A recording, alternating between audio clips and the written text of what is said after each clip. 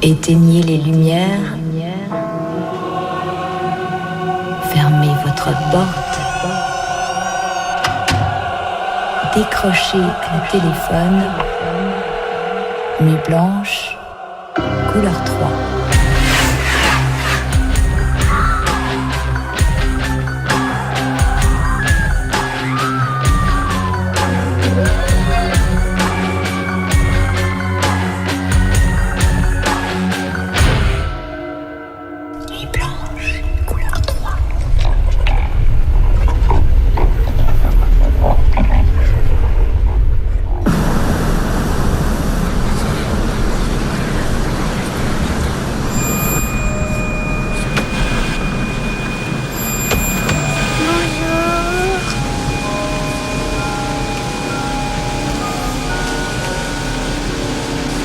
Tu es toi?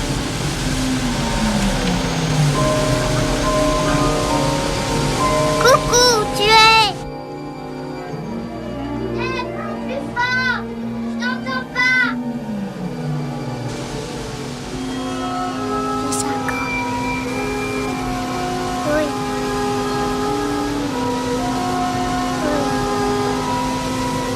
J'en sais rien. J'en sais rien.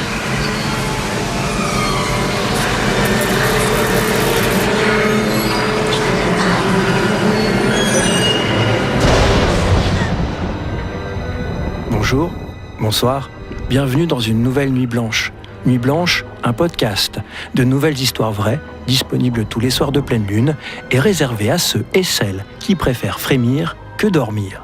Au micro, Céline Auclin, Michael Marquet, réalisation Valère Veillat.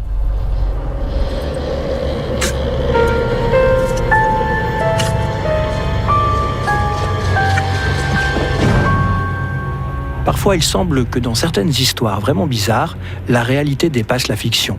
Celle que nous allons vous raconter en fait partie, et nous pourrions l'appeler Poltergeist, la malédiction. Poltergeist, une trilogie de films d'horreur américains sortis dans les années 80, plus un remake réalisé en 2015 par Jill Kennan. Au programme, des histoires de cimetières maudits, de petites filles poursuivies par des entités démoniaques, d'esprits frappeurs. Mais derrière ce scénario anxiogène se cache une réalité tout aussi effrayante. La saga va en effet connaître une vie plutôt mouvementée, avec des tragédies et des deuils bien réels. Nous allons revenir dans cette nuit blanche sur tous ces événements qui ont touché de loin ou de près les tournages et les équipes de cette saga vraiment pas comme les autres. Du paranormal au pas normal, retournons ensemble dans les années 80 avec Céline Auclin pour découvrir ou redécouvrir la genèse de la série culte Poltergeist.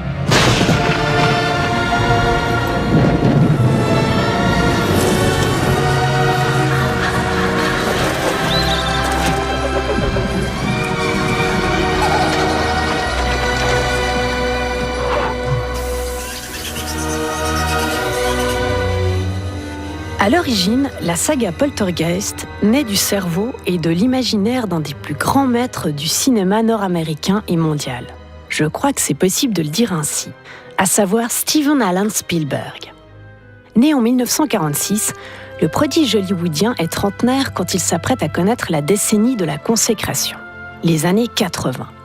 Avec entre autres E.T. l'extraterrestre, succès public et critique incontesté, record d'entrée aux USA et en France, multiples récompenses. Parallèlement à cette gentille et fantastique histoire, Spielberg visite le monde angoissant des fantômes et des revenants. Toujours situé dans un quartier tranquille de la banlieue de la classe moyenne supérieure nord-américaine, mais ici ce n'est plus une sympathique bestiole galactique, amatrice d'échantillons végétaux, qui vient faire les chatouilles à une touchante famille pleine de vigueur et de jeunesse, et n'ayant, elle, qu'un seul objectif, vivre une vie paisible et prospère. Non, ici, avec l'ouverture de cette saga au doux nom germanophone, on est dans l'autre monde, celui des esprits et du paranormal. Celui aussi des morts, pas complètement morts ou pas bien morts, et celui des vivants, pas encore morts, mais presque déjà morts, ou tellement poursuivis par les représentants de la grande faucheuse qu'il en devient difficile de leur échapper et d'y survivre. Dès lors, il en découle une lutte acharnée pour s'en libérer, avec des confrontations plus ou moins frontales, à l'image peut-être aussi un peu de celle qui verra se disputer la paternité réelle de Poltergeist. On y reviendra plus en détail tout à l'heure dans Nuit Blanche. Ce qui est sûr, c'est que c'est Spielberg qui est à l'origine du scénario. C'est au tout début des années 80 qu'il griffonne les premières ébauches d'un long métrage d'épouvante qui doit initialement s'appeler Night Time.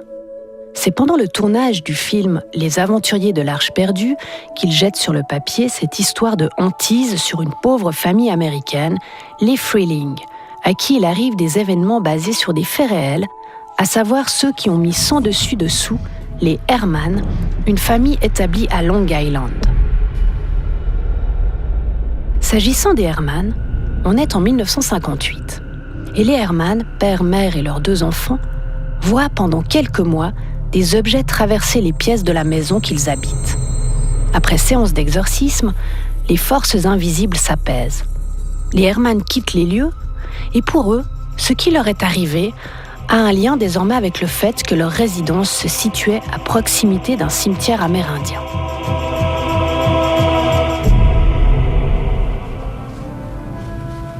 En 1958, quand cette famille new-yorkaise vit ces événements étranges et angoissants, le petit Steven Alan Spielberg a 12 ans. Il vit en Arizona. Et en mars 1980, lorsqu'il tape à la machine à écrire les premières lettres qui indiquent le titre pressenti pour le film Night Time, il en a 34. Et à peu de choses près, les lettres en caractères courrier qui suivent sur les pages du manuscrit jusqu'en août 1980 traduisent tous les ingrédients et le déroulement de la version définitive du premier Poltergeist. Mars 31 1980 ou 31 mars 1980. Stephen Freeling is a successful husband, father and provider. Le père de famille dans Night Time, comme Spielberg, se nomme Steven. Et la mère, appelée au départ Nora et non Diane, comme Spielberg, en 1980, a 34 ans. Mariée à 17 ans et enceinte à 18, elle a avec Stephen Freeling, son mari, 4 enfants. Les enfants ont entre 16 et 6 ans. Tous sont des mômes des années 80, happés par la télévision. Et la dernière, Caroline, est d'une précocité confondante. D'ailleurs, c'est, je trouve, ce qui énerve tout de suite. La merveilleuse famille habite un quartier typique des banlieues des States. Spielberg s'est inspiré de Scottsdale en Arizona, l'endroit où il a grandi. Succession de maisons avec des garages à 2 véhicules, des impasses, une supérette View Totem en bas de la rue et une école à 2 pas. C'est cette happy family que les résidents d'un monde parallèle vont choisir de venir hanter par l'entremise tout d'abord de phénomènes assez anodins, puis de plus en plus étranges, frappants, effrayants et maléfiques. Remontons à présent aux origines de leur nom. Que sont ces poltergeists ? La mort n'existe pas. Ce n'est qu'un passage dans une autre sphère de la conscience. Caroline n'est pas encore comme eux, elle est avec eux. À leur niveau spirituel terrestre, elle représente une présence vivante. Ils sont attirés par la seule chose en votre petite fille qui leur apparaît complètement différente d'eux. Sa force vitale. Cette force est très puissante. Elle diffuse sa propre illumination. C'est une lumière qui rappelle la vie, ravive les souvenirs de l'amour et du foyer et des plaisirs terrestres. Quelque chose qu'ils ont désespérément désiré, mais qu'ils n'auront plus jamais.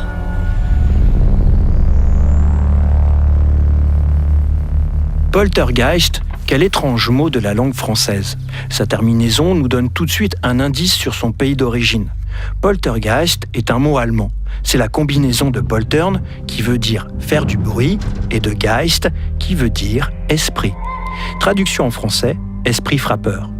Il est déjà fait mention du terme de poltergeist au XVIe siècle. En 1540, pour être plus précis, Le mot est cité dans le nouveau dictionnaire d'Erasmus Alberus, un poète théologien et humaniste allemand qui va devenir, après ses études à l'université de Wittenberg, l'assistant le plus dévoué d'un certain Martin Luther. Martin Luther, c'est lui qui popularisera ce terme de poltergeist. Il aurait rencontré au cours de sa vie plusieurs esprits frappeurs. Il fera une description précise du phénomène dans son livre « Propos de table » paru pour la première fois en 1566, soit très exactement 20 ans après sa mort. Ses biographes mentionnent aussi qu'il a été lui-même la proie d'esprits frappeurs lors de son séjour au château de la Wartburg, qui se trouve en Thuringe.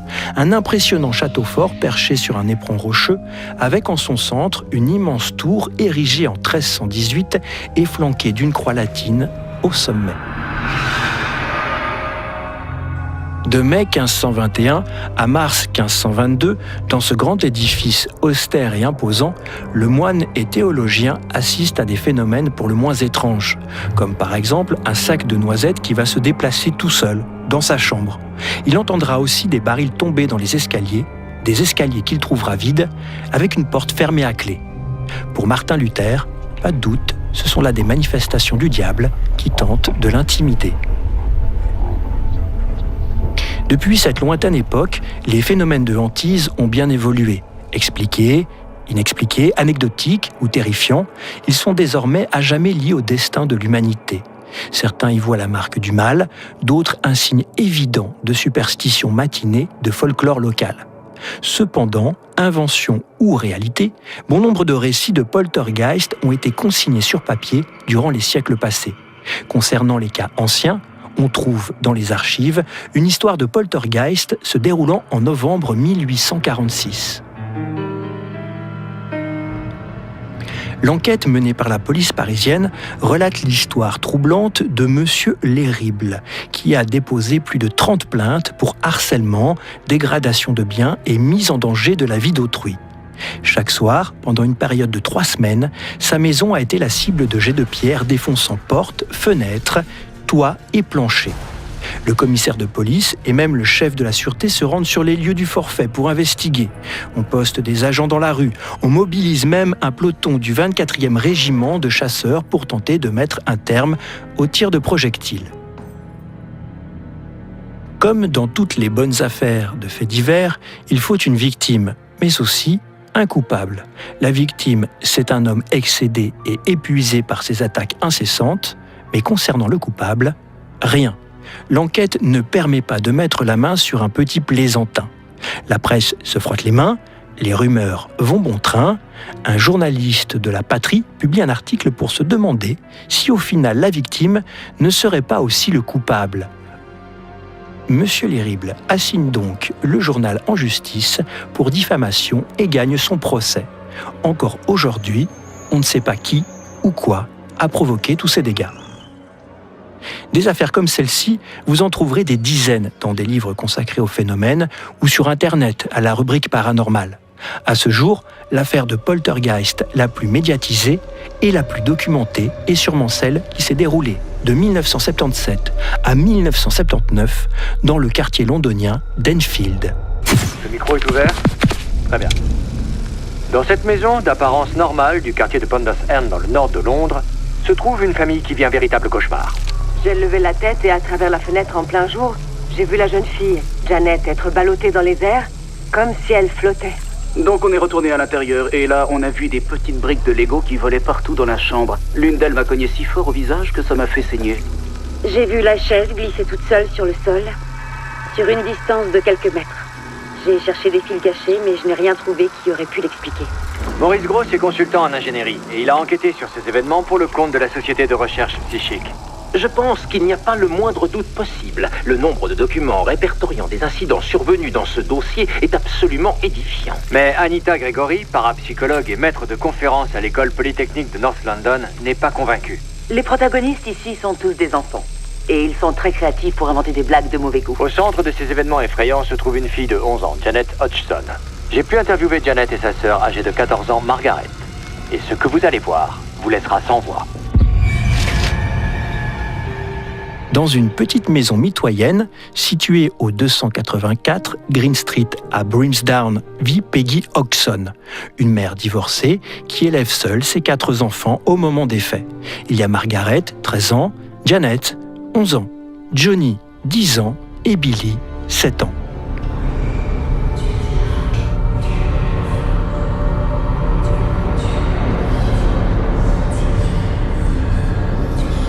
Les manifestations débutent à la fin du mois d'août 1977. Cela commence avec un lit qui tremble, puis qui se déplace. Il y a des bruits étranges aussi. Le phénomène s'intensifie et effraie toute la famille. Il y a des coups dans les murs en plein milieu de la nuit, des agressions physiques, des objets lancés par une force invisible contre les murs. Les 2 sœurs, Janet et Margaret, sont comme possédées. Leur voix change de tonalité et elles déblatèrent des insanités. Janet, qu'est-ce qui se passe? Qu'est-ce qu'il y a? Il y a quelqu'un dans la chambre. Il y a personne. Qu'est-ce que tu racontes?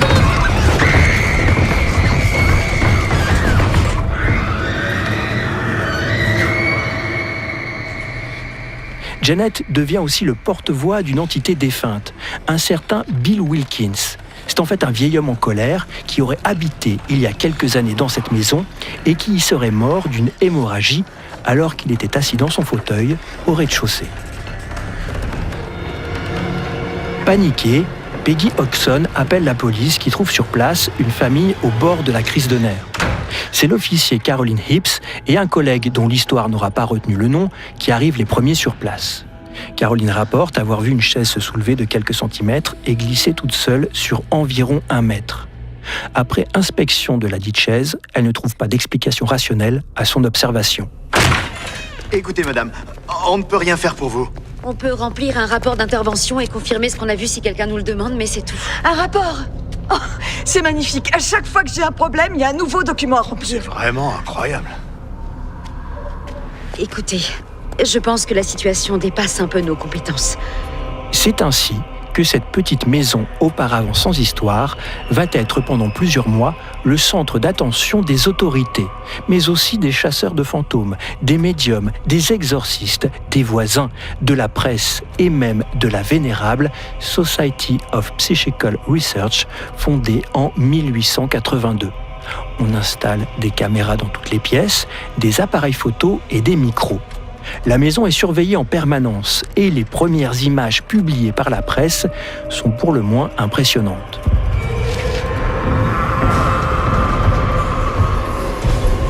Sur la plus célèbre d'entre elles, on voit dans une chambre d'ado décorée de posters, sur la gauche, au premier plan, la jeune Janet, propulsée dans les airs.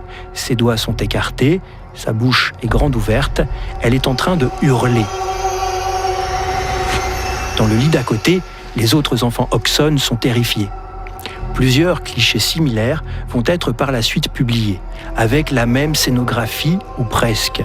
Janet, à 1,50 m du sol, jambes pliées, doigts écartés, cheveux en l'air et en train de hurler. On va répertorier, pendant ces 2 années de phénomènes surnaturels, plus de 2000 manifestations inexpliquées. Ou pas. Les sceptiques donnent eux aussi de la voix dans les médias et assurent qu'il s'agit là d'un immense canular organisé par les enfants Hodgson. Quoi qu'il en soit, qu'elle soit scientifique ou fantasmagorique, voilà une très bonne histoire de poltergeist qui pourrait inspirer un réalisateur de films d'horreur.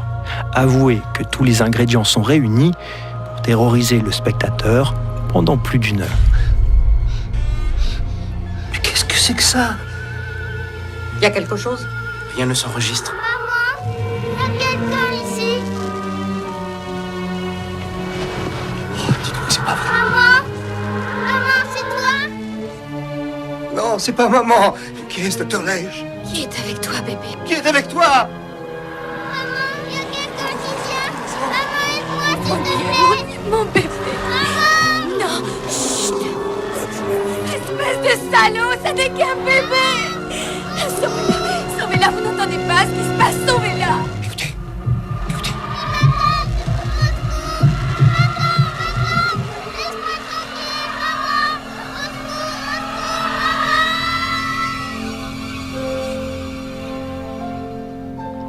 Sans compter le remake sorti en 2015, il y a de 1982 à 1988 3 films Poltergeist réalisés par 3 réalisateurs différents.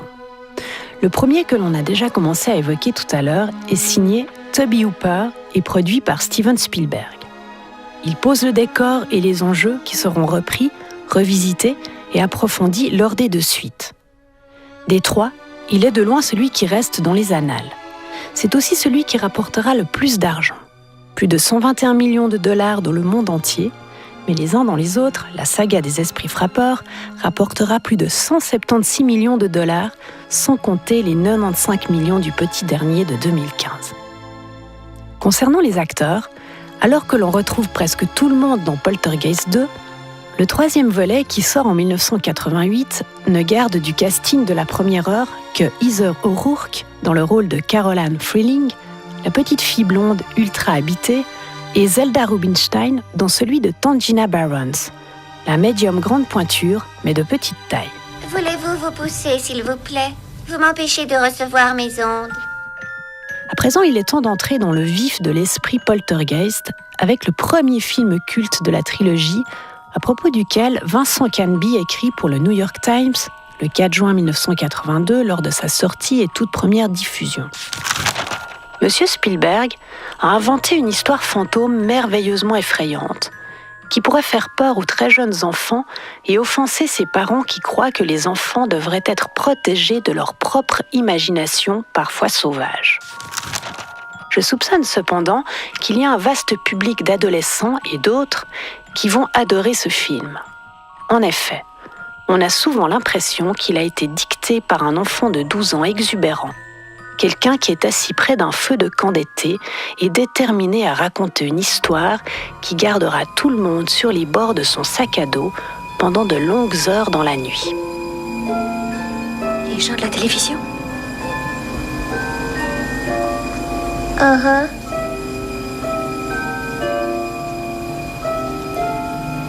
Est-ce que tu les vois?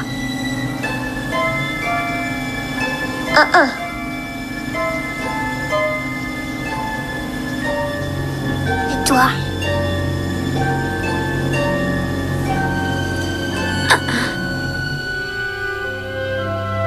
En 1982, Steven Spielberg a tout juste 36 ans. 7 ans après le succès des Dents de la Mer, le réalisateur est à l'affiche de 2 films cette année-là. 2 films fantastiques que tout oppose. D'un côté, Spielberg présente sa comédie familiale E.T. l'extraterrestre, qui sera projetée au Festival de Cannes en avant-première lors de la cérémonie de clôture. Mais de l'autre, et c'est ici ce qui nous intéresse, il apparaît au générique du film d'horreur Poltergeist en tant que producteur principal. Tobe Hooper, c'est le réalisateur. C'est lui qui était aux commandes en 1974 d'un film qui a fait beaucoup de bruit, au propre comme au figuré, Massacre à la tronçonneuse. Mais pour John Leonetti, le réalisateur du film d'horreur Annabelle en 2014, et qui était à l'époque, en 1982, assistant réalisateur sur le projet Poltergeist, il ne fait aucun doute que le véritable réalisateur du premier volet de la série, c'est Spielberg. Il explique que l'Américain avait signé à l'époque un contrat d'exclusivité avec les studios Universal, un contrat qui stipulait qu'il avait l'interdiction formelle de réaliser tout autre film tant que E.T. ne serait pas sorti en salle. On ne peut pas dire que Hooper n'avait qu'un rôle de figuration, mais très clairement, l'homme de la situation, de l'écriture du scénario jusqu'au montage final, c'est Steven Spielberg. Leonetti, lors de Confidences, va même jusqu'à affirmer que Spielberg, professionnel exigeant mais quand même sympa, laissait de temps à autre à Tobe Hooper la possibilité de tourner lui-même quelques scènes. Voilà donc un premier cas de hantise étrange pour un film qu'il est tout autant, un réalisateur qui serait comme possédé par son producteur. Un producteur qui va réunir avec la Metro-Goldwyn-Mayer, qui sera la société de production et de distribution de Poltergeist, plus de 10 millions de dollars. 10 millions de dollars, une coquette somme pour nous raconter l'histoire de Steven et Diane Freeling. Ils ont 3 enfants, Dana, Robbie et une charmante petite fille blonde, Carol Ann. La famille s'est installée dans un de ces nouveaux quartiers résidentiels appelés Cuesta Verde, un nom totalement fictif. La maison, avec son grand garage donnant sur la rue, ses fenêtres à petits carreaux, sa pelouse bien tondue, ses toits en pente et ses 2 étages, est plutôt quelconque. Mais surtout, elle existe vraiment. Elle se trouve toujours au 4267 Roxbury Street à Simi Valley, en Californie. Et elle n'a quasiment pas changé d'aspect. C'est encore aujourd'hui une attraction touristique et un spot idéal pour faire quelques selfies. Bref, une maison ordinaire pour une famille ordinaire jusqu'au jour où d'étranges événements vont survenir. Qui c'est tous ces gens? Ils ont l'air si seuls. Si isolés. D'où ils viennent, tous ces bonhommes? Je n'en sais rien. Des fourchettes qui se tordent, des meubles qui se déplacent tout seuls, sans oublier un vieil arbre carnivore et des esprits maléfiques qui sortent de l'écran de télévision. Toutes ces apparitions effrayantes semblent avoir un point de convergence. La jeune Caroline qui annonce à ses parents qu'ils sont ici. On apprendra un peu plus loin que tout le quartier a été construit sur un ancien cimetière et que pour des raisons bassement économiques, seules les pierres tombales ont été déplacées, pas les corps. On a donc profané la demeure des morts. Sur l'affiche française du film, il est écrit « Ils sont là, ils veulent se venger, ils savent comment ». Espèce de salaud, vous avez déplacé les cimetières, mais vous n'avez pas déplacé les corps, hein? Espèce d'ordure! Vous avez laissé les corps, vous n'avez déplacé que les pierres tombales! Vous n'avez déplacé que les pierres tombales! Pourquoi?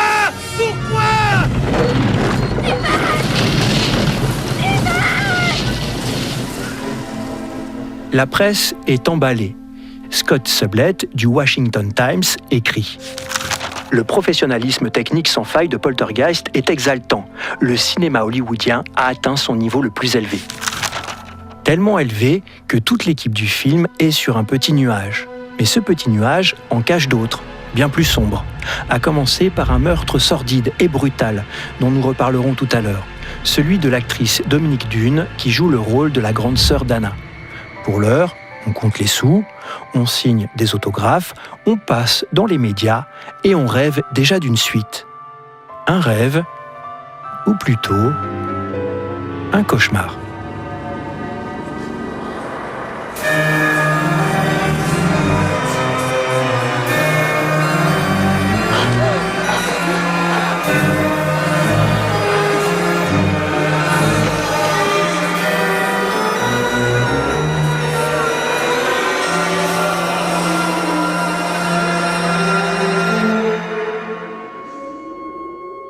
Couleur jaune et ocre, parsemée de zones vertes, domine l'écran. Une voiture longe une piste dans le désert. Zoom arrière, immense piton rocheux. Poltergeist 2, en chiffres romains, dit Other Side, s'affiche au centre de l'écran. 2 Indiens autour d'un feu, incantation et volute de fumée, puis retour à travers un attrape-rêve se balançant autour du rétroviseur d'une voiture dans Cuesta Verde, la banlieue où se situent les événements. Pendant que l'homme à plumes, qui on le saura plus tard se nomme Taylor, visite les bas-fonds de l'ancienne piscine de la famille Freeling, ces derniers reconstruisent leur vie ailleurs, où le passé semble avoir été oublié. Mais nous sommes dans Poltergeist 2, c'est donc que tout va ressurgir. Mais comment ? À travers encore et toujours Caroline, dont on apprend qu'elle tient son don de voyance ou de médium en quelque sorte de sa grand-mère. C'est un héritage qui se partage de mère en fille. Et pour les esprits, c'est tout ce qui compte. Le reste, ils s'en balancent du temps et de l'espace. Ce qui leur importe, c'est que leur véhicule soit encore existant et en état de marche. Et c'est le cas de Caroline. Ils vont donc à nouveau se manifester. Ce qui fera dire à la jeune Caroline, à la 27e minute du film, au moment où elle dévoile son doux visage alors qu'elle s'est cachée sous la couverture pour fuir ses jouets en train de l'agresser, « Ils reviennent. They're back. » Tu es égarée, petite. Tu as peur, mon enfant? Eh bien, pourquoi est-ce que tu ne viens pas avec moi? Non. Alors, Je te chante une chanson jusqu'à ce que ta maman revienne te prendre. God is in his holy tent. Earthly thought, be silent now. C'est le révérend Kane, un type tout de noir vêtu avec un chapeau de même couleur au visage proche de Freddy, autre grand frisson cinématographique, carnation aussi blanche que les dents et squelette quasi dénué de chair, qui cette fois va s'en prendre à la famille. Alors qu'en fredonnant, il traverse les corps qu'il croise lorsqu'il tente d'entrer en contact avec la petite en communiquant à l'aide de son téléphone en plastique. Et oui, on a banni les écrans de télévision chez les Freeling. Et même s'il arrive à parler, il échoue à l'envoûter. Mais très vite, Ken, démon incarné, revient à la charge. Cette fois, il s'en prend à Steven, le père de famille. Dans ce face-à-face mythique, à travers la moustiquaire de la porte d'entrée, il séduit, puis menace. Il veut semer la désunion au sein de la famille. Vous devez ramener votre famille au plus vite à Cuesta Verde. Pardon ? L'esprit malin qui vous tourmente, il sait qui vous êtes, où vous êtes, comment vous trouvez, et même vos points faibles. Prenez l'avantage de l'initiative, allez le provoquer sur son propre terrain. Sauf que c'est sans compter Taylor, l'Indien à l'attrape-rêve, qui n'est autre qu'un protecteur envoyé par Tangina Robbins, la médium d'1m30, pour veiller sur les 4 membres de la famille. Car l'aîné, dans ce 2e épisode, a disparu du scénario. Les raisons, vous les connaîtrez plus tard, et elles sont à la fois effrayantes et troublantes.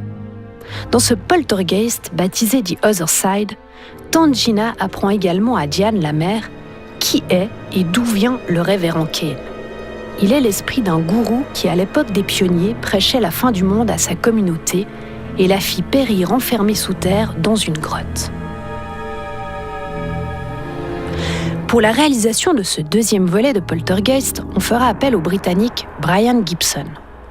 Le budget de ce Poltergeist 2 est substantiel, 19 millions, et même si sa réception ne vaut pas le premier de 1982, il rapporte tout de même quasi 50 millions de dollars. Ce n'est pas une coïncidence si par moments la bête prend la forme d'un alien dans Poltergeist 2. Déjà au mur de la chambre des enfants en 1982, dans Poltergeist 1, on apercevait un poster du film Alien de Ridley Scott sorti en 1979. 7 ans plus tard, pour le 2e volet de Poltergeist, la production, la Metro-Goldwyn-Mayer, va carrément solliciter le créateur d'Alien, le Suisse Hans-Rudi Giger, pour réaliser les apparitions spectrales de la Great Beast. Ce dernier ne fait pas le voyage jusqu'aux États-Unis. En revanche, un intermédiaire sur place fera l'émissaire entre l'artiste suisse et l'équipe chargée des sculptures et des effets spéciaux. Mais les brillants dessins de Giger ne seront pas réalisés comme ils auraient dû l'être. Giger s'en mord très vite les doigts, trouvant le résultat mauvais, très mauvais. Seule la bête sortant de la bouche de Steven le satisfait. Pour le reste, en gentleman, Giger salue les efforts des petites mains de l'équipe hollywoodienne et n'insiste pas pour rebricoler ou infléchir quoi que ce soit. C'est trop tard, le délai est dépassé. Et en parlant de deadline, qu'est-il advenu de l'aîné des Freeling ? Oui, Dana et son long t-shirt rayé bleu et blanc en train de dormir à côté d'un paquet de chips éventré sur le matelas et happé par le chien qui passe en revue tous les membres de la famille lors des premières images du premier Poltergeist. Eh bien, initialement, dans le 2e volet, la jeune fille devait être à l'université. Mais Dominique Dune, l'actrice, a été rattrapée par la fiction. En 1986, elle est déjà passée de l'autre côté et a rejoint l'au-delà et celles et ceux qui l'habitent.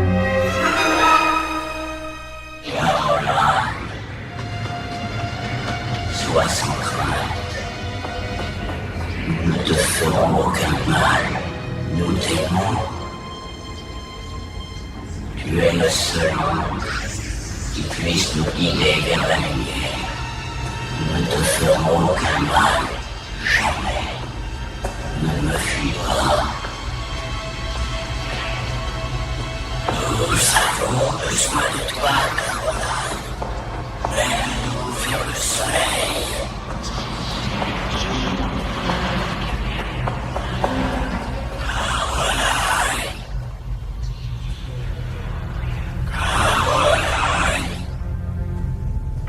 C'est un certain Gary Sherman, un spécialiste du film d'horreur qui, en 1988, reprend la franchise Poltergeist pour un ultime volet interdit aux moins de 16 ans lors de sa sortie en salle en France. La MGM remet sur la table, comme pour le premier épisode, un peu plus de 10 millions de dollars. Gary endosse la triple casquette de réalisateur, scénariste et producteur exécutif.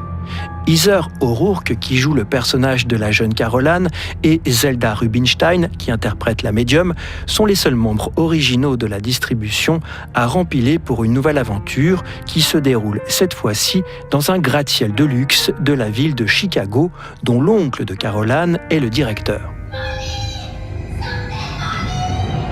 Caroline, qui ne tarde pas à se faire rattraper par les esprits frappeurs, dont le révérend du second volet.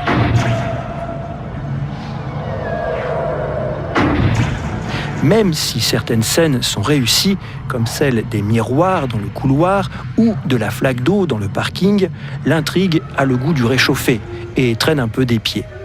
Poltergeist 3, c'est aussi une fin modifiée à la hâte. La MGM veut que l'on change les 20 dernières minutes du film. Gary Sherman refuse, mais le conseil d'administration de la MGM est on ne peut plus clair. Soit Gary modifie la fin du film, soit on lui trouve un remplaçant. Gary explique qu'il restait 17 pages de script à tourner quand la MGM est intervenue dans le processus de tournage. De 17 pages, on passe à 3. 3 pages qui donneront cette scène finale, tournée non plus à Chicago, mais en mars 1988 à Los Angeles, en studio. Pour que le film atteigne une durée réglementaire, toujours sous pression du studio, j'ai dû intégrer au montage des séquences dont je ne voulais pas et faire durer les génériques aussi longtemps que possible. C'étaient les explications de Gary Sherman. Esprit, es-tu encore là ? On peut se poser la question pour ce Poltergeist numéro 3. Le film est considéré comme un échec. Il ne rapportera que 4 millions de dollars de recettes après déduction des 10 millions d'investissements. La tour infernale de Chicago aura eu la peau de ce triptyque. Gary garde un souvenir amer du tournage, les équipes étaient épuisées, une descente aux enfers, donc à l'écran, mais aussi dans la réalité. Alors laissons à présent les effets spéciaux et les caméras de côté pour vous raconter l'envers du décor.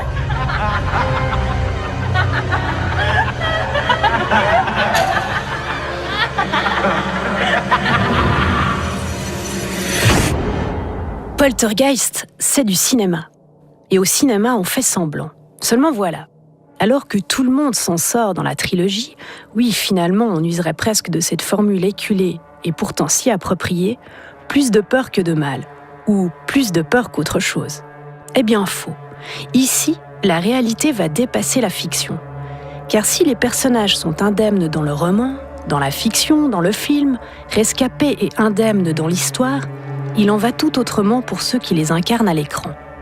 Pour les acteurs Oliver Robbins, qui joue le rôle du fils, Dominique Dunne, qui interprète la fille aînée ou la grande sœur, Will Sampson, le chaman amérindien, Julian Beck, le premier révérend Kane, et enfin Heather O'Rourke, l'innocente et toute jeune héroïne vraisemblablement immortelle telle un ange blond, il y aura bien plus, et finalement bien pire, que d'effrayantes, horribles, immondes, mais néanmoins fausses rencontres avec de malfaisantes apparitions et esprits de l'au-delà.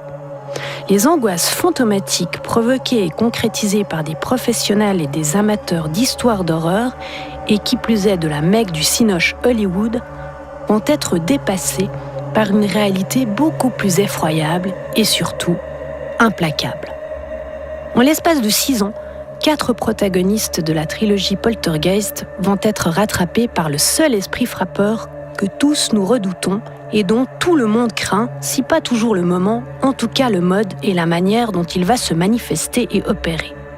À savoir, quel costume la mort va-t-elle endosser le jour, l'heure où elle décidera que c'en est terminé pour nous et qu'il est temps de faire notre connaissance. S'agissant des protagonistes dont nous allons évoquer le tragique et étrange destin, pour certains, elle prendra son temps, alors que pour d'autres, elle sera quasi sans signe avant-coureur.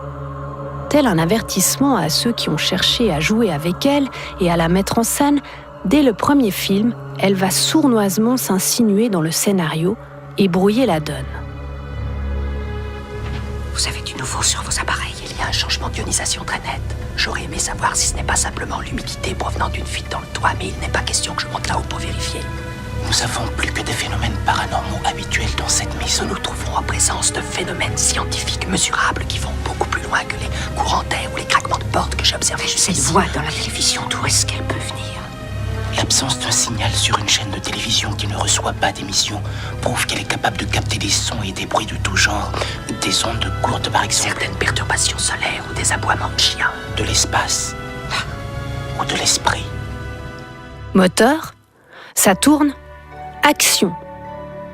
Et les soi-disant effets spéciaux entrent en œuvre. Ils s'exécutent en faisant parler la télé, bouger le mobilier, ou encore se déplacer un steak. Quand, soudain, comme si on le possédait, on le perd, le contrôle. Les poltergeisters sont présents sur le tournage et vont rapidement rappeler que c'est dangereux de les convoquer, car eux ne jouent pas, non, ils vivent dans une seule et même réalité et ne font jamais semblant. La lutte commence, le duel risque d'être bien plus long et sanglant qu'on ne l'imagine. Maintenant, ce sera sans appel.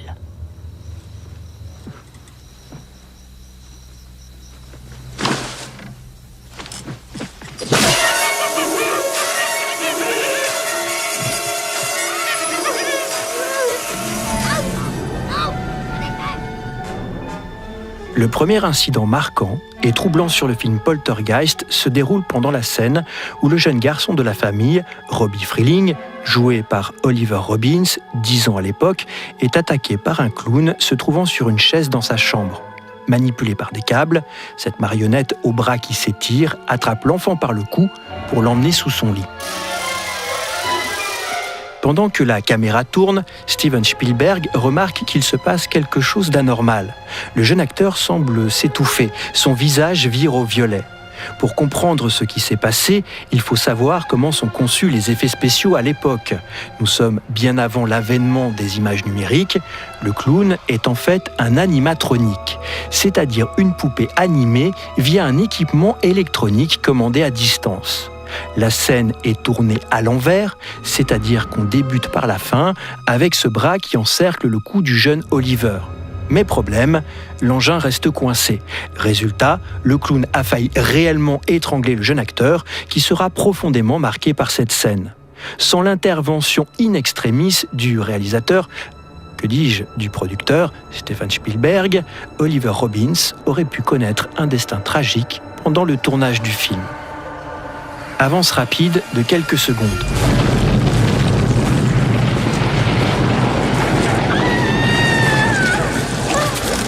Autre scène choc qui annonce le grand final. L'actrice Jo Beth Williams, qui joue le rôle de la mère, sort précipitamment de la maison pour échapper aux esprits qui tentent de s'emparer de son corps. Dehors, c'est la nuit. Un violent orage a transformé le jardin derrière la villa en terrain boueux et visqueux. Au milieu, un énorme trou en forme de rectangle. Ce sera l'emplacement de la future piscine. Simplement vêtue d'une petite culotte et d'un t-shirt rouge taille XL, Jo Beth Williams, alias Diane Freeling, affolée glisse et tombe dans cette mare nauséabonde. Sortant rapidement la tête de l'eau saumâtre pour respirer, elle se retrouve nez à nez avec des cadavres jaillissant des profondeurs de la terre. Il était prévu à la base d'utiliser de faux squelettes. C'est d'ailleurs ce que pensait l'actrice. Sauf que Steven Spielberg en a décidé autrement. Et ce que vous voyez en fait à l'écran, ce sont de véritables restes humains. Voici ce que nous dit Jo Beth Williams dans une interview diffusée sur TV Land en 2008. Vous devez comprendre que cette séquence a été tournée en 4 ou 5 jours. Alors j'étais dans la boue pendant toutes ces journées avec des squelettes tout autour de moi. Innocente et naïve, j'ai supposé qu'il s'agissait de squelettes en plastique ou en caoutchouc. J'ai découvert, comme l'ensemble de l'équipe, qu'ils utilisaient en fait de véritables squelettes, car il était beaucoup trop coûteux de fabriquer des faux squelettes. Bruce Kayson, qui travaillait sur le film, confirme cette information. Les squelettes provenaient d'une société spécialisée qui fournissait du matériel scientifique pour les écoles de médecine de la région. Son nom, la Carolina Biological. Lorsqu'on découvre la triste vérité, c'est le choc. Un choc tel qu'une rumeur persistante se propage, entêtante et angoissante. On ne joue pas avec la mort, on ne joue pas avec les morts. Ce film sera donc à tout jamais maudit et hanté par les esprits. L'auteur Vikas Khatri ajoute dans son livre « 36 mystères à travers le monde non résolu » que l'actrice Jo Beth Williams a déclaré que lorsqu'elle rentrait chez elle le soir après le tournage, elle constatait que toutes les photos et œuvres d'art accrochées dans sa maison étaient de travers. Dernier fait étrange, James Caan est chargé d'écrire, en 1982, un roman basé sur le premier volet de la série Poltergeist. Alors que son travail est sur le point de s'achever, un éclair déchire le ciel et un coup de tonnerre éclate près de son appartement. La plaque de la climatisation vole à travers la pièce pour atterrir sur son dos. Toutes les lumières s'éteignent. Au bout d'une minute, le courant revient et comme par magie, les consoles de jeux vidéo se sont mises à fonctionner toutes seules. La partie ne fait que commencer. Reste à savoir qui va perdre et qui va gagner. Qui va perdre la vie, ce qui est bien plus grave que de perdre une partie.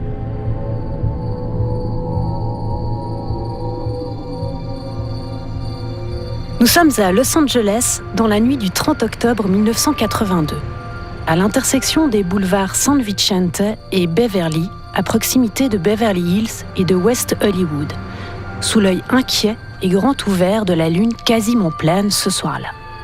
Une ambulance déboule tambour battant aux urgences du Cedars-Sinai Medical Center. L'établissement est connu pour être l'hôpital des célébrités. De Marilyn Monroe à Johnny Hallyday, en passant par Michael Jackson, Madonna, Leonardo DiCaprio, qui ont séjourné, ou encore Frank Sinatra, The Notorious Big et River Phoenix, qui tous trois y sont morts, ces murs ont vu défiler et senti re-respirer ou expirer tout le gratin de la Cité des Anges. Et c'est au tour de qui cette fois ? Le corps de 1,55 m allongé sur la civière qui lutte pour rester en vie entre les mains des soignants et celui d'une jeune femme aux longs cheveux brun foncé. Dominique Dunne, dixit Dana Freeling, l'aînée des enfants de la famille, la grande sœur, âgée de 16 ans dans le film Poltergeist que le monde entier découvre sur les écrans. Hors cinéma, Dominique a 23 ans dans un mois et elle vient de se faire violemment agresser par son ex-petite amie.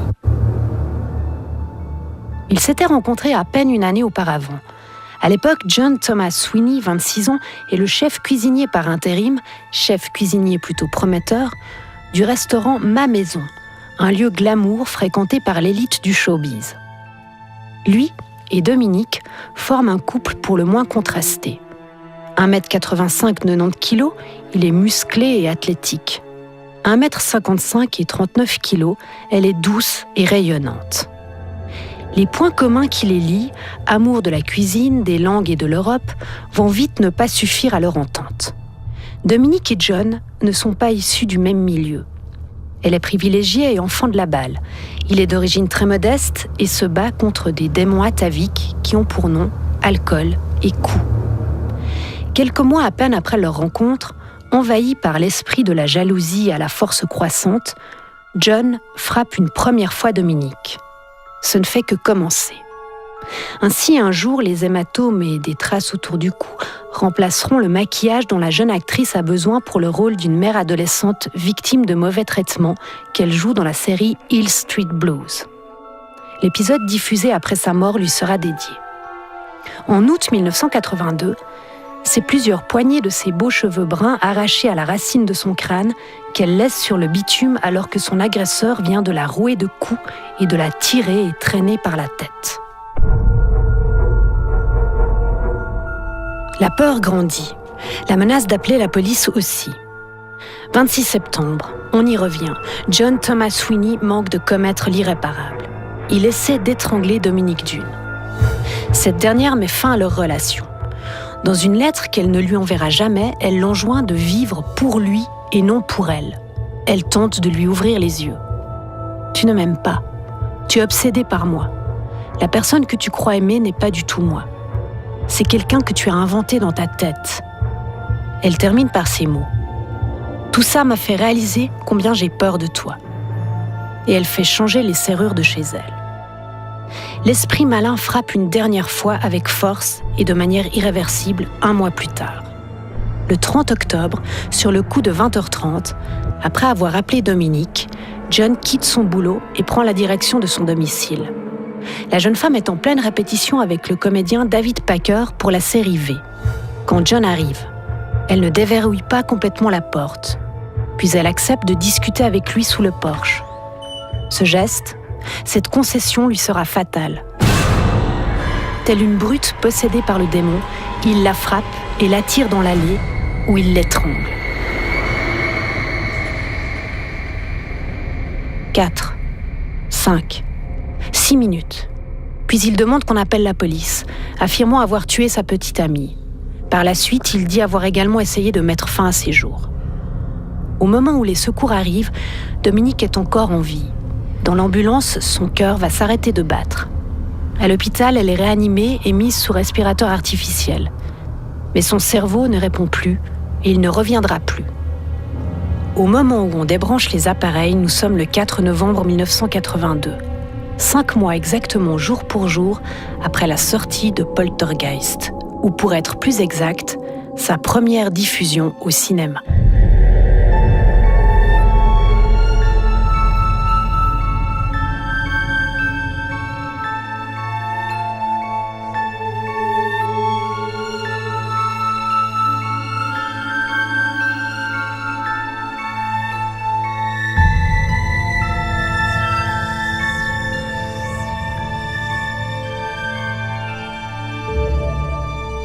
La MGM, très heureuse du succès de Poltergeist 1, commande une suite, Poltergeist 2, The Other Side. Il était d'ailleurs prévu dans le scénario initial d'y voir Dana Freeling rentrant à l'université, mais en raison du décès de l'actrice, la séquence est retirée.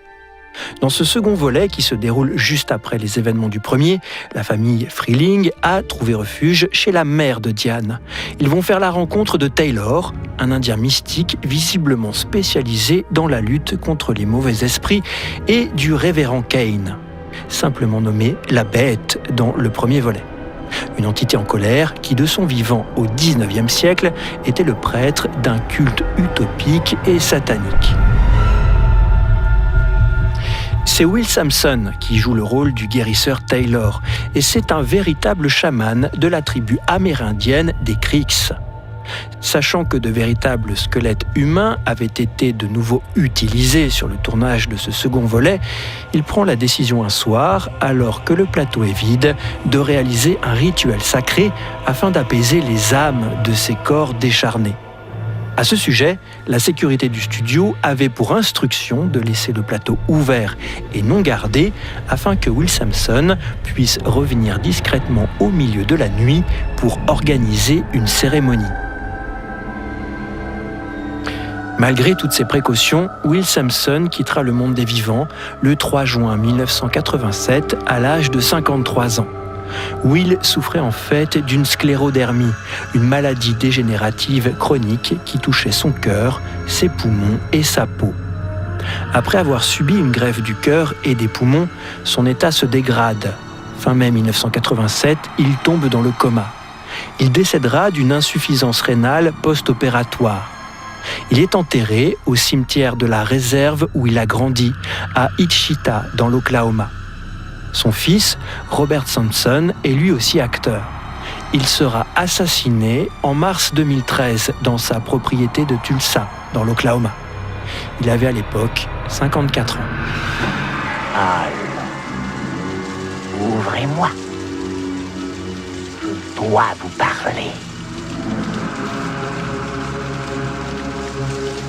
Laissez-moi entrer. C'est mon ami. Laissez-moi entrer. Papa? Maintenant, avant qu'il ne soit trop tard.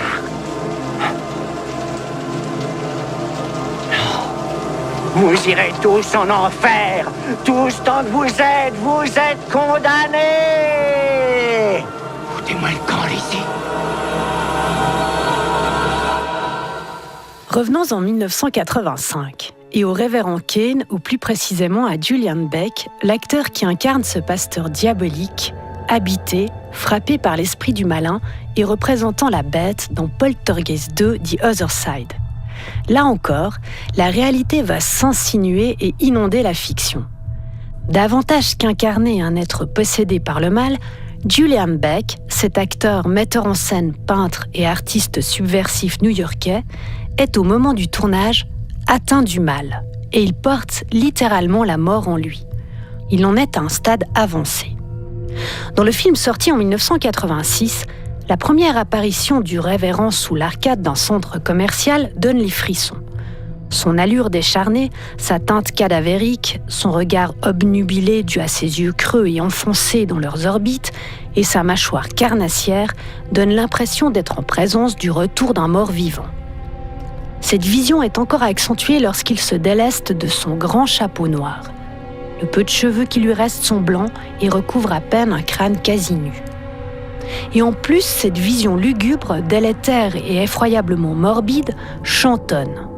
On est estomaqué par l'extraordinaire potentiel d'anxiété et de frayeur que le personnage et donc l'acteur envoie en une apparition. Et estomaqué n'est pas choisi par hasard. Vous le comprendrez un peu plus tard. Les gros plans ne font qu'augmenter le mal-être. Les lèvres du révérend sont fines et d'une pâleur extrême. On en arrive à focaliser sur ses dents en nous disant qu'avec les os, ce n'est plus que ce qui lui reste. Et il y a une raison à cela, comme je l'ai suggéré. C'est que Julian Beck, au moment du tournage, est en train de mourir. Comme l'écrit très bien Joshua Millikan sur le site Horror Freaks News le 25 avril 2017, il titre « There is a reason Kane looks so ghastly in Poltergeist 2. The actor was dying. » Je cite et je poursuis. La détérioration de la condition physique de Beck est devenue un élément clé de l'impact visuel de Kane. On peut pratiquement voir son squelette émerger sous sa peau qui s'amincit. Son sourire carnassier ressemble férocement à un crâne. Il est mince, jaunâtre, comme un cadavre fraîchement ressuscité dans une apocalypse zombie. En effet, l'apparence de Beck était d'une terreur si réaliste qu'Heather O'Rourke, Caroline donc, la petite fille aux cheveux blonds, a éclaté en sanglots la première fois qu'elle a vu Beck sur le plateau. Il n'est pas étonnant, ajoute encore Millikan, que Nathan Davis, l'acteur qui a repris le rôle de Kane dans Poltergeist 3, n'ait tout simplement pas pu égaler l'incroyable capacité de Beck à produire une peur aussi palpable. Et enfin, c'est troublant. Quand un acteur meurt avant la sortie d'un film, cela nous donne l'impression de voir de vrais fantômes quand nous les voyons dans des films qu'ils n'ont jamais vus. Dans le cas de Beck, cependant, il était déjà mourant avant même d'avoir mis les pieds sur le plateau. Né en 1925 à New York, Julian Beck est le cofondateur avec Judith Malina, son épouse, du Living Theatre, théâtre expérimental en 1947. Avec son épouse, ils vivent de manière libre et non monogame. Ouvertement bisexuel, ils partagent un amant qui lui-même a été le mari de Dorothy Podber. Par ailleurs, activiste politique aux aspirations anarchistes et idées libertaires, adepte de la désobéissance civile qu'ils mettent en pratique et qui leur vaudra la prison, y compris à l'étranger, au Brésil par exemple, Julian Beck est aussi un poète, et surtout un être qui n'est pas indifférent au monde qui l'entoure. Un homme qui joue et vit avec toute son âme et toutes ses tripes. En 1985, lorsqu'il interprète le rôle du révérend Kane sous la direction de Gibson, le mal dont il souffre est un cancer de l'estomac, diagnostiqué 2 ans auparavant en 1983. Il en mourra le 14 septembre 1985 à l'âge de 60 ans. À ce moment-là, Poltergeist The Other Side n'est pas terminé. Il est encore en post-production. Pour les dialogues non finalisés, on fait appel à la voix de Corey Burton. Peu avant sa mort, on demande à Julian Beck s'il avait de la difficulté à dépeindre un personnage maléfique. La réponse est nette et sans équivoque. Non, pas du tout. J'ai joué de nombreux personnages maléfiques au théâtre, Il existe des gens malveillants et dans les films et sur scène. Cela fait simplement partie de la vocation d'un acteur ou d'une actrice de les représenter. Comme quelqu'un l'a dit un jour, aucun aspect de la nature humaine ne m'est étranger.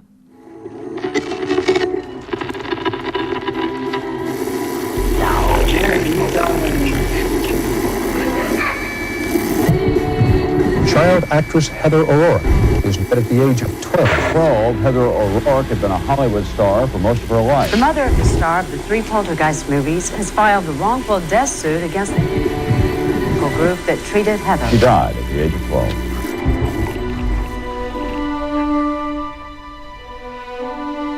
Nous sommes le 1er février 1988. Le tournage de Poltergeist 3 s'est achevé il y a 7 mois. Le réalisateur, Gary Sherman, reçoit un coup de téléphone qu'il ne pourra jamais oublier. David Wardlow, l'agent de Heather O'Rourke, lui apprend que la jeune actrice, qui joue depuis le premier volet la jeune Carol Ann, la cadette de la famille Freeling, est décédée. La jeune fille venait d'avoir 12 ans. Retour en arrière. En janvier 1987, Heather est à la maison, en famille, avec sa sœur Tammy, sa mère Kathleen et son beau-père Jim Peel. Heather se plaint. Elle ne se sent pas très bien. Elle a des nausées à répétition. Kathleen décide de se rendre avec sa fille au San Diego Medical Center. Le médecin lui annonce de ne pas s'inquiéter, qu'il s'agit juste d'une bonne grippe. Retour à la maison. Kathleen observe que les pieds de Heather ont commencé à gonfler. Alors direction à nouveau l'hôpital. Cette fois-ci, elle est placée en observation et va subir toute une batterie de tests. On découvre que Heather a une infection intestinale. Il s'agit de la giardiase, également appelée la fièvre du castor. On lui prescrit des médicaments à prendre régulièrement. La jeune actrice va mieux, de mieux en mieux. Juste avant que le tournage de Poltergeist 3 ne débute, Kathleen, la mère, juste au cas où, demande à refaire un simple examen de routine. Retour donc à l'hôpital. Bonne nouvelle, plus de traces du parasite, mais il reste une sorte d'inflammation assez étrange. Le 30 mars 1987, la mère de Heather O'Rourke reçoit un courrier du docteur James Tipton lui indiquant que d'après l'analyse des radiographies, Heather a la maladie de Crohn. La maladie de Crohn est une inflammation chronique du système digestif avec des périodes de crise et des périodes de rémission. Elle peut survenir à tout âge, y compris dans l'enfance. Le problème, c'est qu'on n'en guérit pas, on vit avec. On va lui prescrire des agents antispasmodiques, mais aussi de la cortisone, dont l'un des effets secondaires est la prise de poids. C'est pour cela que dans ce 3e Poltergeist, la jeune Heather O'Rourke apparaît joufflue et bouffie. D'avril à juin 1987, Heather est à Chicago sur le tournage du film, entourée des siens qui ont fait eux aussi le déplacement. Et tout se passe bien. On arrête les médicaments et en septembre de la même année, son visage s'affine. On fête la fin du tournage avec une virée à Disneyland en Floride. La santé de Heather est à présent excellente, mais ce n'est qu'un bonheur de courte durée. Dimanche 31 janvier 1988, Heather se réveille en vomissant. Ses doigts et ses orteils sont bleus. Elle a du mal à respirer. Elle regarde sa mère dans la cuisine qui prépare le petit déjeuner, puis tombe à terre. Elle vient de faire un choc septique. Une ambulance arrive à la maison. Heather est toujours consciente mais très affaiblie. Pendant le trajet, c'est la dernière fois que la mère et la fille vont se parler. Les derniers mots de Heather seront « Je t'aime ». Quelques minutes plus tard, elle perd connaissance. À 10h45, elle arrive au centre de santé de San Diego dans un état critique. À 14h43, Heather est déclarée morte. Elle a une obstruction du tube digestif que les médecins ont tenté de corriger, mais il est déjà trop tard. 4 février 1988. Un long cortège de personnes habillées en noir accompagne un petit cercueil au Westwood Memorial Park de Los Angeles. Avant que celui-ci ne soit scellé, la mère passe délicatement une chaîne en or autour du cou de Heather, sur laquelle sont accrochées les lettres « Friend ». Quand j'ai perdu Heather, c'était comme si j'avais perdu mon ombre, déclare Kathleen.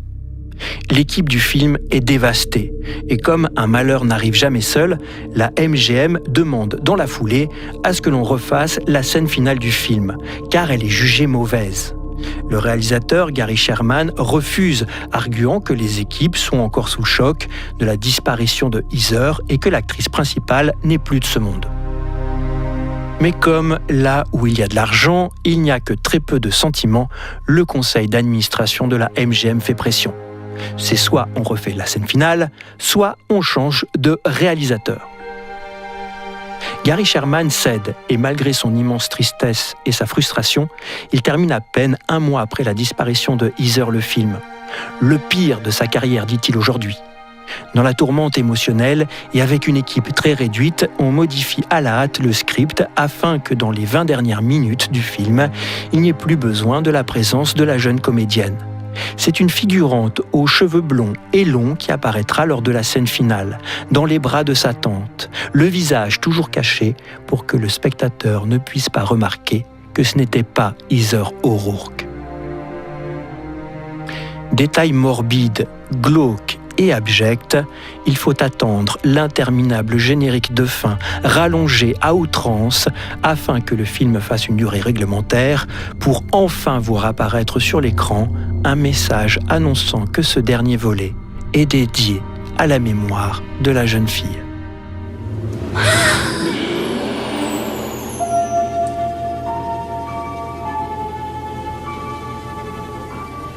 Elle vient de passer à travers moi. Mon Dieu, je l'ai ressenti. Oh, je sens même son odeur. C'est elle. C'est elle. Sans mes vêtements. C'est elle est entièrement moi. C'est elle est entièrement moi. C'est elle. Je la sens. C'est elle. Oh. C'est elle. C'est elle. C'est mon bébé. C'est mon bébé. Elle est passée dans mon âme.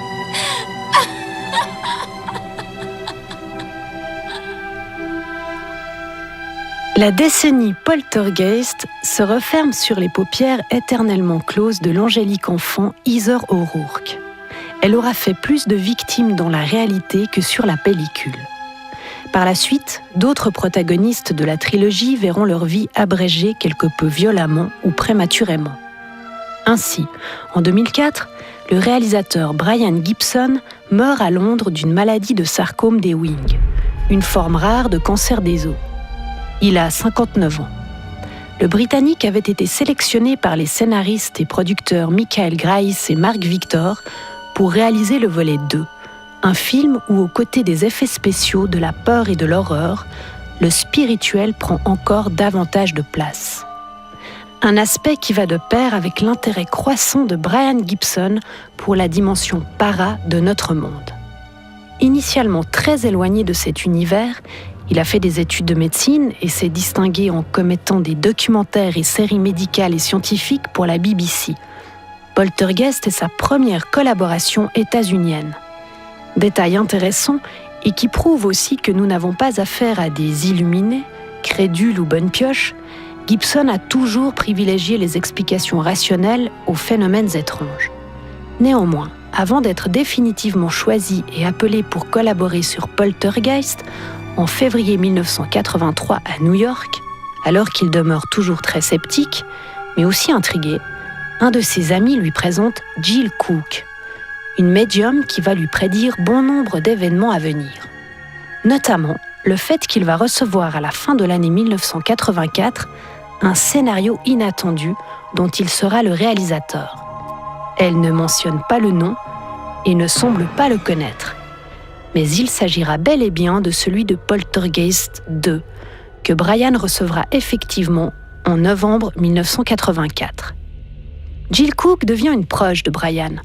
Lors de leurs échanges téléphoniques, elle lui prédira la participation de Will Sampson dans le film, ainsi que d'un autre protagoniste qui survivra à une très grave maladie, juste le temps de pouvoir achever son travail dans le film. On pense à Beck, évidemment, mais elle ne mentionne pas son nom.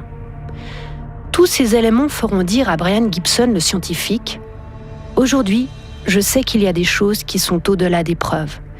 Des choses qui ont à voir avec la perspective et avec la foi et la croyance dont on ne peut pas nécessairement trouver des preuves tangibles. C'est leur nature, c'est à ça qu'elles servent. Elles sont là pour remettre en question ce en quoi nous croyons.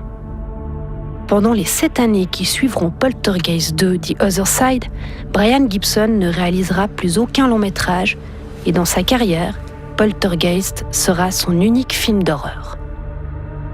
Il y a peu de place pour une piscine ici. Ah, on a tout le terrain. On a déjà pris les accords pour déplacer le cimetière.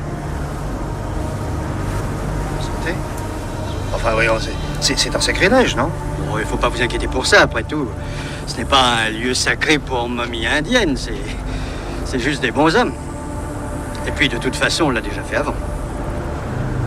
Quand? En 76. Juste là, dans la vallée. Mais qu'est-ce qui plane exactement sur la saga Poltergeist? Est-elle maudite? Ou tout simplement, si ça peut l'être simple, la cible d'esprits frappeurs, de poltergeisters? Ceux, par exemple, des cadavres utilisés lors du tournage du premier et deuxième volet? On se souvient que pour des raisons d'économie financière, on a opté pour de véritables squelettes au lieu de reproductions plastiques ou autres nécessitant plus d'argent. C'est une des explications qui accourt. Telle une revanche, les esprits de ces squelettes humains se rappelleraient aux bons souvenirs de ceux qui n'auraient pas respecté leur mémoire. Pourtant, dans l'histoire du cinéma, ce n'est pas le seul film dans lequel on note le recours à de réels squelettes ou cadavres. D'autres équipes de tournage l'ont fait. De ce que j'ai pu glaner comme info, une bonne douzaine, dont Le Bon, la Brute et le Truand, Apocalypse Now, Dawn of the Dead, soit Zombie, le crépuscule des morts vivants, tout comme Le Retour des morts vivants. Et le dernier en date serait Unrest en 2006. Alors, hypothèse, superstition, spéculation ou foutaise? Qui peut trancher? À part notre raison, et encore. Dans Nuit Blanche, elle est constamment défiée. Quoi qu'il en soit, en 2009, c'est un second rôle du premier poltergeist qui trouve la mort sous les coups de hache d'un toxicomane ivre et déséquilibré.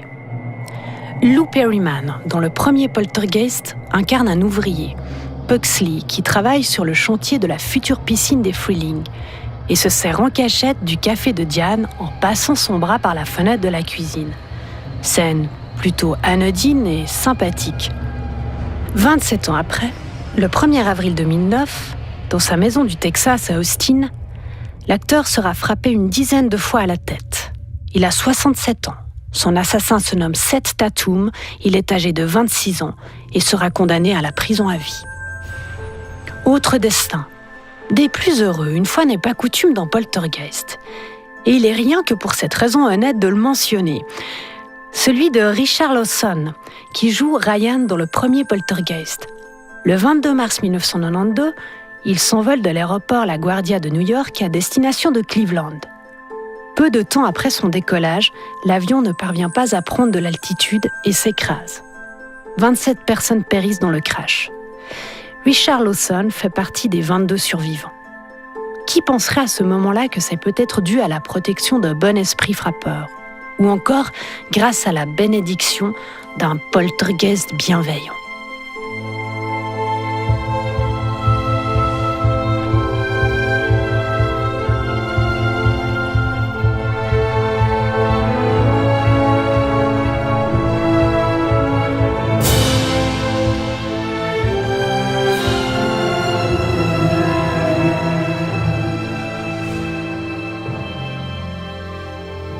Malgré toute la série de tragédies et événements étranges survenus pendant les tournages de la trilogie, plus cette histoire de malédiction persistante, une rumeur plane toujours, à la fin des années 80, du côté d'Hollywood. Une rumeur que nous appellerons Poltergeist 4. Maclean Crooks, qui travaille à l'époque dans l'industrie du film, explique qu'il était chez Universal au début des années 90 quand il a entendu parler d'un 4e volet qui serait une sorte de préquel autour du révérend Kane, sorte d'exorciste et guérisseur parti en Californie pour chasser des démons. Il ajoute que c'était plus un thriller psychologique qu'un film d'horreur, avec moins d'effets spéciaux. L'idée et très vite rangé au placard. C'est seulement dans les années 2000 qu'on se penche sérieusement à nouveau sur le cas Poltergeist. En 2008, la MGM annonce que Vadim Perelman, réalisateur de La vie devant ses yeux avec Uma Thurman, voudrait réaliser un remake, écrit par Juliette Snowden et Stills White. Le projet fut stoppé net en 2010 à cause de problèmes financiers à la MGM. Mais comme la trilogie démontre qu'on peut ressusciter des morts, le 18 février 2011, contre toute attente, la MGM annonce que l'idée d'un remake est toujours envisageable.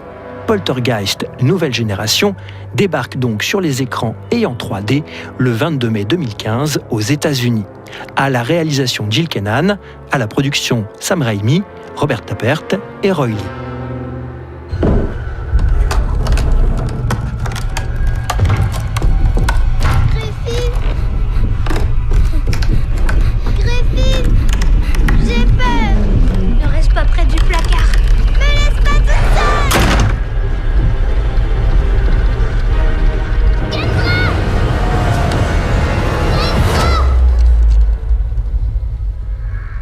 Comme pour les précédents films, le tournage ne sera pas de tout repos. Sur son compte Reddit, Jill Kennan partage avec les internautes quelques expériences troublantes. Il explique que la maison qu'il louait pour le tournage était le théâtre de phénomènes inexplicables. Des lumières qui clignotaient sans raison, des équipements électroniques qui ne fonctionnaient pas ou mal. Sam Raimi enchaîne. Le champ qui se trouvait juste derrière la maison nous a causé pas mal de problèmes. Gilles avait été séduit par ce terrain parce que c'était le seul qui n'était pas construit dans le quartier, ce qui le faisait d'autant plus ressortir. Mais cet espace vide interférait avec les micros installés sur le tournage, nos téléphones portables et les signaux entre les caméras du drone et les pilotes. Le drone fonctionnait parfaitement n'importe où ailleurs, mais s'écrasait systématiquement à chaque fois qu'on essayait de survoler cette partie du terrain. C'était pour le moins troublant.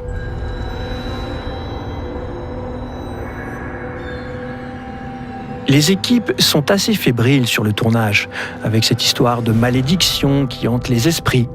Alors pour calmer justement les esprits et les esprits, Jill Kennan nous fait un remake de ce qui s'est passé en coulisses lors du tournage du second volet 30 ans plus tôt.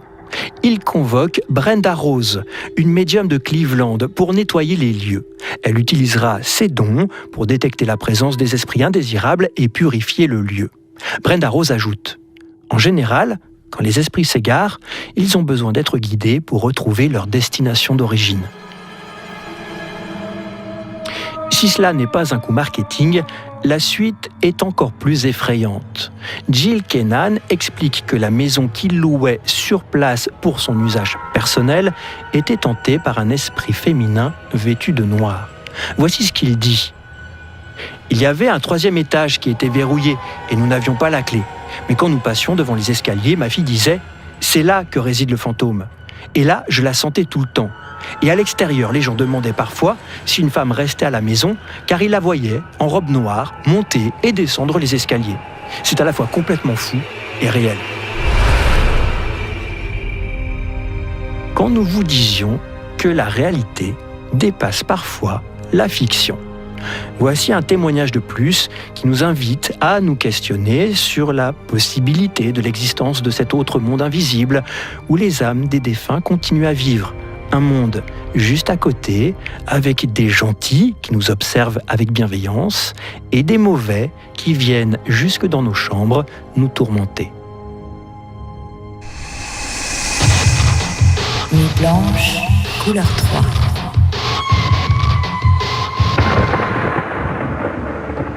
Après une immersion complète dans le monde de la saga Poltergeist pendant plusieurs journées, je dois dire que je suis assez troublé par ce qui s'est passé. Je ne sais pas si on peut parler de malédiction, mais il semble que des choses étranges se sont passées. Et je reste encore très choqué par l'utilisation de ces squelettes humains pendant le tournage des 2 premiers volets. Si cette affaire serait sortie aujourd'hui, je suis sûr qu'elle aurait fait un véritable scandale. Et je me demande ce que ces restes humains sont d'ailleurs devenus après le tournage. Enfin, je me demande. En fait, je voudrais pas savoir la vérité. En tout cas, cette saga conserve une énorme part de mystère et de controverse, et j'aime beaucoup cette particularité. Il y a encore de nombreux débats qui agitent la toile pour connaître la vérité concernant cette scène finale du Poltergeist numéro 3. Était-ce la volonté de la MGM ou d'un peut-être Gary Sherman qui n'assumait pas ses choix de tout vouloir changer à la dernière minute? Certains disent d'ailleurs que c'était pour une question de budget. D'autres affirment que ce changement était motivé par le fait que la jeune Heather était une piètre comédienne et que c'est sa prestation médiocre qui aurait incité la direction à refaire le final. Il y a des témoignages assez contradictoires, en tout cas, sur cette histoire. Il y a aussi tout un site consacré à Poltergeist numéro 3 et qui revient sur cette affaire de la scène finale. Tout est expliqué avec énormément de détails dans un long article intitulé « Chronologie du tournage ». Un article que l'auteur David conclut par cette phrase qui en dit long. Je vous la cite. « Il y a certaines entre guillemets, lacunes dans mon commentaire et dans celui de Gary Sherman, donc le réalisateur du volet numéro 3, car les avocats de la MGM ont corrigé des choses. » Voilà, fin de la citation. Sur un tout autre thème, celui du paranormal, j'ai trouvé un article très intéressant et très flippant pour que vous passiez réellement une nuit blanche. En 2014, une famille de Sacramento, fan de la saga Poltergeist, décide d'acheter comme une relique presque sacrée la poupée Cabbage Patch ayant appartenu à Heather O'Rourke. Visuellement, ce n'est pas Annabelle du film du même nom, mais plutôt un gros poupon joufflu qui mesure environ 35 cm de hauteur. Mais ce jour-là, elle aurait dû s'abstenir, cette famille, de faire du shopping sur Internet.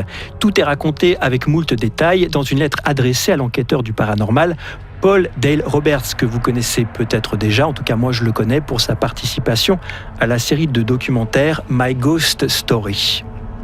Voici ce qui est relaté. Le lundi 24 octobre 2014, Jamie Lynn achète sur eBay pour $100 ce qu'elle pense être une bonne affaire, la fameuse poupée de l'actrice Heather O'Rourke. La poupée arrive par la poste le jour d'Halloween. Et c'est là que la vie du couple vire au cauchemar. Le demi-frère de Jamie Lynn est victime le lendemain d'un accident alors qu'il jouait au football.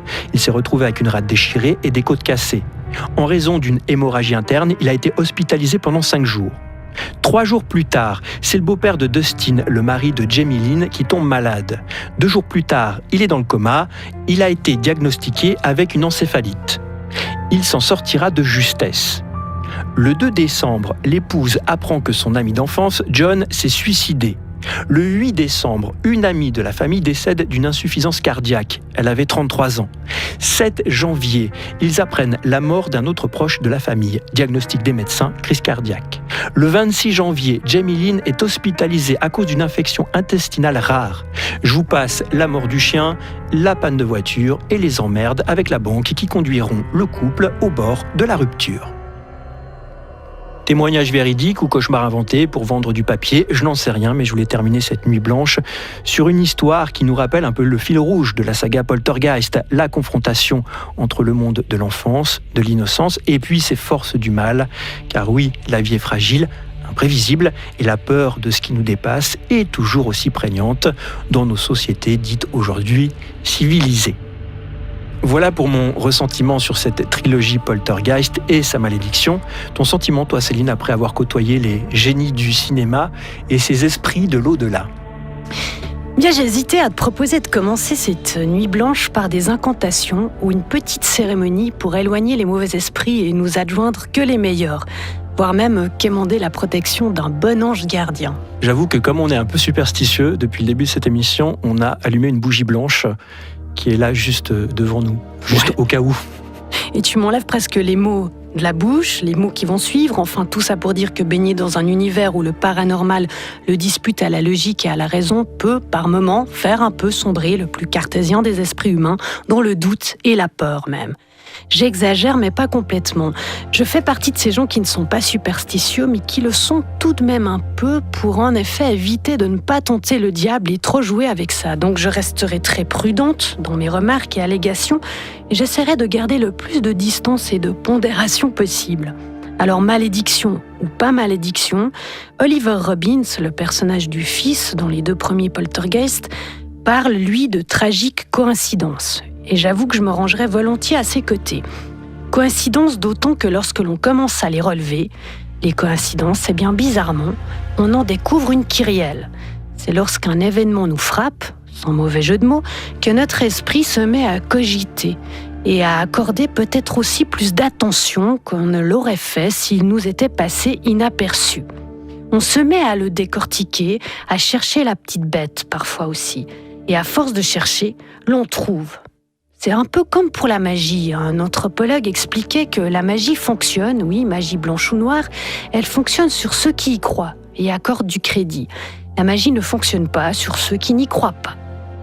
Ça paraît évident peut-être même que ça l'est. Enfin, je suis loin des exemples que tu as mentionnés et qui sont, j'avoue, très troublants. La poupée de Caroline, qui fait figure de prolongement de la jeune fille et qui en quelque sorte reprendrait du service, c'est pas très rassurant et ça me conforte dans mon désamour pour ce genre de jouet. S'agissant de Dominique Dune, qui est morte étranglée par son ex-petite amie, je pense que, hélas, la réalité est bien plus terre-à-terre et sans concession que les esprits frappeurs. Puisque l'on est ici en présence d'un mal qui n'a de cesse de ronger nos sociétés. Les violences conjugales et domestiques, et il me semble que pour le coup, cet esprit frappeur-là est d'une réalité bien plus effroyable et implacable que le monde des fantômes et des revenants. En tout cas, les victimes et les malheurs dus à la maltraitance sont avérés et innombrables, d'une réalité bien frappante donc. D'ailleurs, la famille Dune, à la suite du décès de Dominique, a eu beaucoup de peine à se remettre. La mère a monté un groupe pour la défense des droits des victimes, Justice for Homicide Victims, et le père, prénommé également Dominique, est devenu en partie chroniqueur judiciaire pour entre autres le magazine Vanity Fair. Et pendant un temps, il a engagé un détective pour faire suivre l'assassin de sa fille. Il faut préciser que ce dernier, John Sweeney, n'a fait que 3 ans et demi de prison. Il a ensuite été libéré. Ce qui m'inspire pour conclure cette assertion. Les esprits frappeurs ne sont pas toujours de l'autre côté. Nuit blanche, couleur 3. Si vous souhaitez prolonger ce podcast sur un smartphone, une tablette, un ordinateur ou un téléviseur, voici quelques références à explorer. Alors tout d'abord, nous vous conseillons avec Céline le site poltergeist3.com, cela s'écrit poltergeist.com, un site animé par David, un grand fan de la saga et très bien documenté. Vous en apprendrez plus sur cette fin remaniée du 3e volet avec une enquête très poussée. Vous pourrez même trouver une copie du contrat de la jeune actrice Heather O'Rourke qui a touché $140 000 pour son dernier long métrage. Ce site vous donnera aussi accès à des liens vers le fan site de Poltergeist 2 et de Poltergeist tout court. Ces 3 sites sont une mine d'informations très précieuse. Merci à leurs auteurs et aux inconditionnels de la trilogie. À noter aussi que les 3 films sont disponibles au format Blu-ray et DVD avec des bonus intéressants, comme par exemple pour le 3e volet, la fameuse fin alternative et des commentaires du réalisateur Gary Sherman. À voir aussi le film Conjuring 2, le cas Enfield, sorti en 2016, est très fortement inspiré par la célèbre affaire de Poltergeist de 1977 de la famille Hodgson que nous avons évoqué tout à l'heure en début de podcast. Autre lien, heathero'rourke.com, tout en un mot, qui est le site officiel des fans de l'actrice. On y apprend qu'au tout début de sa carrière, en 82 et 83, elle était aussi dans la série Happy Days. On apprend aussi via ce site que l'oncle de Heather, un certain Kevin, fait du business avec des reliques du passé. C'est aussi malsain visiblement que de mettre de véritables squelettes dans un film. Puisque en parlant de reliques du passé, j'ai trouvé par exemple sur eBay, pour la modique somme de $1 300, un devoir d'école de la petite Heather. C'est écrit au stylo et daté du 6 novembre 1987. Page de cahier, bien entendu vendue, avec son certificat d'authenticité, comme ce podcast. À mon tour de vous faire part de quelques suggestions que je dois principalement à Jérôme Ruffini, documentaliste et archiviste hors pair, que je profite de remercier ici pour son implication.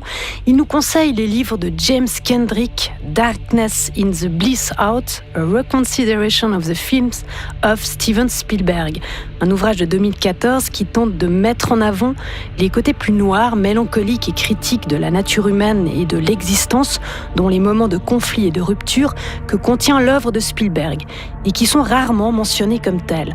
Poltergeist figure dans cette ligne, évidemment.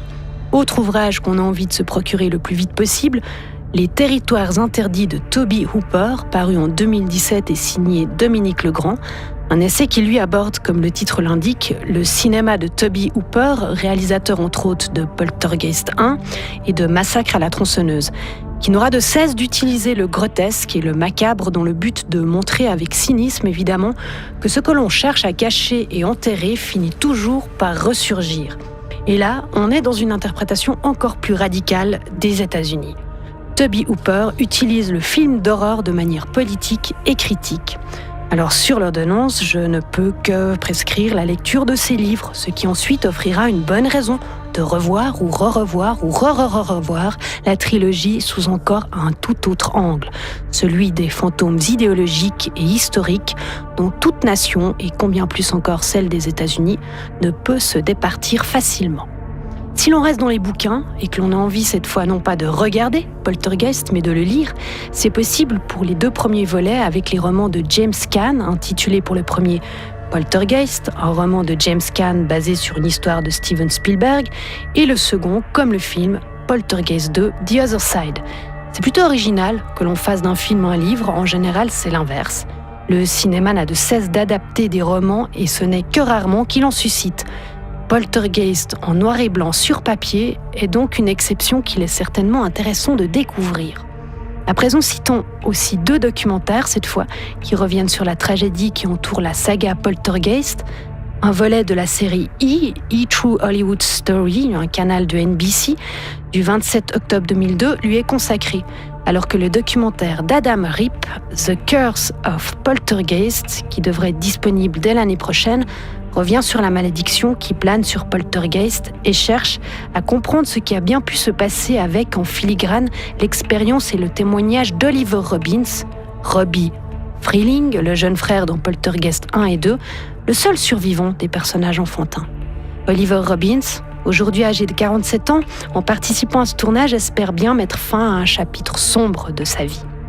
Enfin, et pour terminer de manière plus large, concernant la thématique des fantômes, revenants et plus particulièrement des poltergeists esprits frappeurs, il y a énormément de documents disponibles sur le net, tel le documentaire de Barry Blackmore de la collection Mystère, intitulé Les fantômes, qui date de 1997, avec l'intervention entre autres de Stephen Rea, d'une durée de 52 minutes. Vous avez aussi Le monde des esprits dans la collection Phénomènes de l'étrange, disponible en DVD, qui date de 2000, et un bataillon d'autres dans la même veine ou dans des styles différents.